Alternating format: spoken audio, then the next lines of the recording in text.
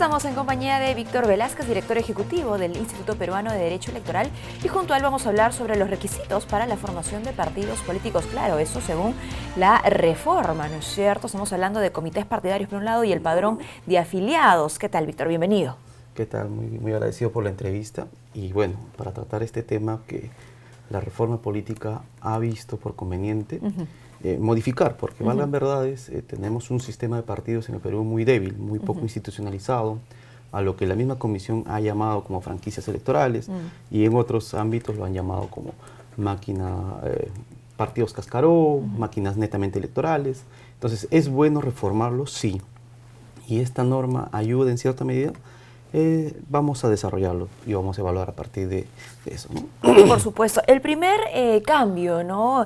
Dejar de lado la lista de adherentes y entrar ahora al padrón de afiliados. ¿Qué le va a significar a las organizaciones políticas para aquellas que quieran inscribirse y aquellas que ya estén inscritas?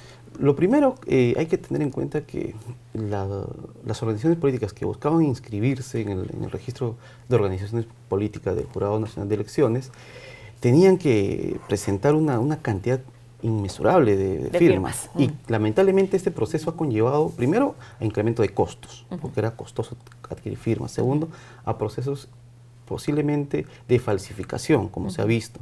Y tercero, a que de una u otra forma se mercantilice demasiado este procedimiento.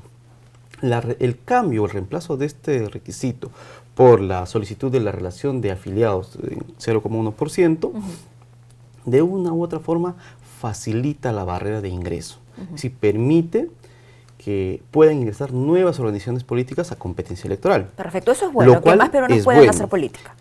Pero no olvidemos, a ver, para hacer un comparativo, con la antigua norma, las barreras de entrada, o sea, de ingreso, eran rígidas, o sea, era difícil ingresar.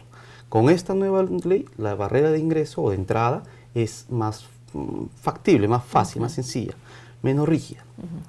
Pero, ¿cuál es la ventaja? En la antigua norma, el ingreso era difícil y la salida era casi imposible, no podías salir del sistema. Siempre estabas ahí, no podía ser cancelada tu organización. Ahora no, ahora el ingreso es sencillo, una barrera de entradas flexible. Pero la barrera de permanencia y la barrera de salida son mucho más rígidas. Es decir, tiene que haber competitividad, tiene que haber institucionalización y tiene que haber existencia del partido político. Y eso, a la larga, debería de generar mayor representatividad, mayor competencia y mayor sentimiento de parte de la ciudadanía de apego hacia sus ideales, ¿no? ¿Qué tipo de compromisos deben emprender en la actualidad entonces las organizaciones políticas que busquen su inscripción, cuando hablas justamente de que hay más complejidad para la permanencia? Efectivamente, por ejemplo, ahora estamos pidiendo la relación de adherentes, los comités partidarios, que antes, por ejemplo, se pedía en un tercio de la cantidad de departamentos, en un tercio también de la cantidad de provincias, pero que eran 9 departamentos, 65 provincias. Ahora esto te piden en 4/5 partes de los departamentos, es decir, mayor cantidad de expansión territorial, es decir, los partidos políticos van a estar en mayor cantidad de departamentos, o deberían de estar. Y después van a seguir en la misma cantidad de provincias, 66 en este caso. Muy bien. Eso de una u otra forma genera que tengas existencia real.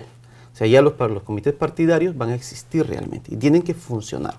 Para eso el Jurado Nacional de Elecciones, a través de la Dirección Nacional de Fiscalización, va a poder fiscalizar, valga la redundancia, a estos comités partidarios y que existan y que funcionen. En ese caso, la ciudadanía que desea participar en política puede ir y puede acercarse a los comités y, si quiere, mínimamente apegarse o adherirse de manera voluntaria al plan de gobierno, a las líneas programáticas o simplemente a los ideales que pueda tener cierta organización política, ¿no? Son comités partidarios, perdón, Víctor, que van a funcionar siempre, no frente a una coyuntura electoral, para aclararlo también a nuestros televidentes. Efectivamente, hay que tener en cuenta, como decía, la permanencia. Muy bien. Si tiene que existir estos comités partidarios, porque si no también el ROP, o el Registro de Organizaciones Políticas, lo que hace es sancionar. ¿Por qué? Porque lo que queremos es que exista. Luego de esto, también otro nuevo requisito que se ha pedido es el hecho del reglamento electoral. Y que no lo hemos mencionado, porque siempre nos vamos principalmente por la relación de adherentes y la de los comités partidarios. ¿Por qué hago atingencia del reglamento electoral? Porque en los procesos que se han venido dando, tanto en elecciones generales, en menor medida, como en elecciones regionales, en mayor medida, se observan las graves falencias en reglamentación electoral interna. ¿A qué quiero decir? Hay muchas listas de candidatos que se han caído en varias circunscripciones en el país. ¿Por qué? Porque han encontrado deficiencias en su reglamento electoral al momento de seleccionar su modo de elección interna, es decir, su democracia interna. Su modo o la forma en que han confeccionado sus listas de candidatos. Sus procedimientos no han sido correctos o no han estado de acuerdo al reglamento electoral, que en muchos casos no existían o en su defecto no eran socializados. Hay que tener en cuenta que por ley lo único que se encuentra en la página del registro de organizaciones políticas es el estatuto. No están los reglamentos. Entonces, el reglamento electoral, al ser ya público, permite que el ciudadano que pueda participar dentro de esta organización política pueda conocer mínimamente. Perfecto. Ahora, este reglamento electoral es necesario que se reglamente el contenido del mismo. ¿Qué significa eso? Es decir, debemos especificar cuáles son los procedimientos mínimos, las normas mínimas que deben regir procedimientos de democracia interna. ¿Y eso dónde está? En el reglamento electoral. Para eso, el Jurado Nacional de Elecciones, supongo que próximamente va a poder reglamentar este procedimiento. Perfecto. Hablamos entonces de un reglamento electoral que va a ser la herramienta, el instrumento más importante para que se rija la normativa al interior de cada partido político. Efectivamente. Entonces, no olvidemos también que la democracia interna es un procedimiento que tiene nuevas formas, nuevos porcentajes. Y tenemos en cuenta de que también han habido ya casos de improcedencia, inadmisibilidad de listas por esta causal, tanto de democracia interna como de cuotas electorales, y también obviamente acompañado de otros como el domicilio y demás, ¿no? Pero hay que tener en cuenta que, por ejemplo, el caso de democracia interna, el caso de cuotas, va necesariamente o tiene que estar necesariamente inscritos o adscritos a este reglamento electoral que tiene que ser aprobado para el funcionamiento de la democracia interna. Estamos hablando entonces de comités partidarios, padrón de afiliados, el reglamento electoral. Ahora, todo ello para aquellas organizaciones que quieran inscribirse, que quieran proceder con el trámite de inscripción como organización política. Pero, ¿qué pasa, Víctor, con aquellas organizaciones que ya tienen su inscripción, que ya figuran en el registro de organizaciones políticas? Respecto a eso, la estadística que arrojó la OMPE en el año 2019, si no me confundo, eran 93 organizaciones políticas que habían comprado su kit electoral para inscribirse. El kit electoral, que hasta el día, la última compra que se realizó fue el día 20 de agosto.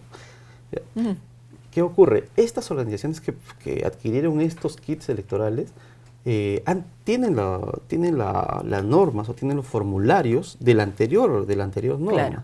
¿Por qué? Porque esta no era vigente en ese tiempo. Si el kit se ha comprado antes de la promulgación de la norma, ¿no tienen necesariamente que adecuarse a esa normativa? Debería de adecuarse. No, sin embargo, hay que tener en cuenta que el jurado también espero que va a reglamentar esto y va a poder hacer procedimientos de adecuación. ¿Por qué? Porque, valga verdades, existen muchos procedimientos, por ejemplo, el de la referente a la relación de adherentes, que te pedaban 2 años. Claro. En cambio, en este caso, solamente está dando ya 1 año con esta nueva ley. Entonces hay que ver cómo lo están haciendo. Un tema antes que me olvide, para la formación de partidos políticos también se ha creado una nueva figura en la norma, que es la integración de movimientos regionales. ¿Y por qué lo digo esto? Porque hay varios movimientos regionales que están convergiendo en ideales y también en líneas programáticas y que desean inscribirse como un partido político. ¿Eso es factible? Sí es factible. Muy bien. Tienen ahora la oportunidad. Permíteme, por favor, insistir con la consulta porque ya tenemos información en vivo nuevamente. Me hablabas tú sobre aquellas agrupaciones que han hecho compra, bueno, no son aún agrupaciones, pero que tienen la intención, pretenden serlo, claro que sí, han comprado el kit electoral. Pero ¿qué pasa con aquellas que ya tienen inscripción? Porque muchos peruanos se preguntan, ¿no? También, ellos van a tener que adecuarse a la normativa en algún momento o simplemente cuidar la inscripción que tienen cumpliendo con la normativa actual. A ver, hay que tener una línea que separe las dos partes. Por un lado, las que han comprado recién están en proceso de formación. Entonces, ellos tienen que adecuarse a esta nueva norma, siempre y cuando se integren. Y por otro lado, las que ya existen, que son 24 a la fecha, estas están habilitadas para poder postular y todo ello. Esta norma específicamente aplicaría para las nuevas organizaciones políticas. Sin embargo, existen algunos algunos artículos que sí le aplicarían o que sí deberían aplicarle, como por ejemplo el tema de la suspensión de la inscripción de las organizaciones políticas. Esto es decir, tener mínimamente la cantidad de afiliados solicitada, la cantidad de comités electorales y también evidentemente el nivel de competitividad. ¿Qué es esto? Que tienen que tener competencia electoral, porque tengamos claro, una de las nuevas causales de cancelación de organizaciones políticas es la participación. Para ellos tienen que participar en 4/5 partes de las regiones, tienen que participar en 1/3 de las provincias, en 1/3 de los distritos y, si no me equivoco, en la mitad de las provincias. Entonces, eso hace de una u otra forma que sí se adecúen a este proceso. Excelente. Bueno, muchísimas gracias, Víctor. ¿Algo que desees agregar sobre esa normativa que, bueno, por supuesto, es bastante compleja y te agradecemos que la compartas con nuestros televidentes en estos términos? Hay que tener en cuenta que las organizaciones políticas deben empezar a tener procesos de adecuación a esta nueva normatividad. Para ello, siempre el Instituto Peruano de Derecho Electoral promueve tanto talleres como actividades y productos que puedan brindarles esta posibilidad. Tengamos en cuenta que siempre la norma que la conducta debe ser prevenir antes que lamentar, ya en el proceso de inscripción.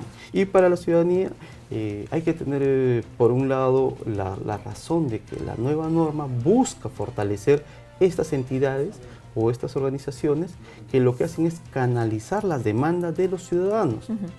Y que a su vez nosotros podamos tener mayores facilidades para la fiscalización. Por ejemplo, este registro de afiliados ya es o debería ser un documento público que va a estar al alcance de todos los ciudadanos a través de la página web del registro de organizaciones políticas. Eso es algo que antes no había.